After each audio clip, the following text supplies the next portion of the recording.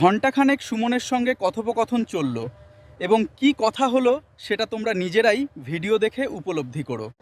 এবার ফ্যালাসিটা দেখুন। যারা সামনে পেছনে 10 গাড়ির পুলিশ নিয়ে ঘুরতেন সবার আগে আত্মসমর্পণ করছেন তারাই।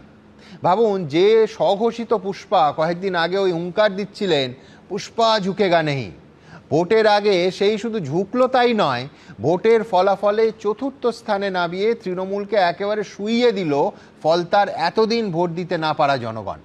কিন্তু কথা হলো, আদি তৃণমূল বলতে মানুষ যাদের বোঝে তারাই যদি দলের শীর্ষ নেতৃত্বকে এই কঠোরতম সমালোচনা করেন, তাহলে আর বিরোধীরা কি বলবে? ভাবুন, কাকলি ঘোষ দস্তিদার, এক সময় যাকে মমতা বন্দ্যোপাধ্যায়ের ছায়াসঙ্গী বললেও কম বলা হয়, তিনি বলছেন প্রাতিষ্ঠানিক দুর্নীতি, নেতৃত্বের বৈভব এবং নেতৃত্বের ঔদ্ধত্য।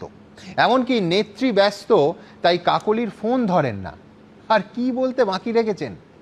দুঃসময়ের সঙ্গী বিক্রম সরকার, আরেক ছায়াসঙ্গী, তিনি অবশ্য বহুদিন বিক্ষুব্ধ, বিজেপিতে মাঝে গেছিলেন, যেমন সোনালী গুহ মুখ খুলেছেন।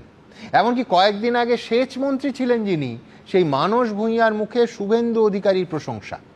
তিনি গর্বিত বর্তমান মুখ্যমন্ত্রীর জেলার মানুষ হিসেবে। ভাবুন, অনির্বাণের কাছে এবার অবশ্যই আসতে হবে যে আক্রমণ তো আর এখন বিরোধীদের করতে হচ্ছে না, তৃণমূলের অন্দরমহলই যথেষ্ট। তাই তো অনির্বাণ?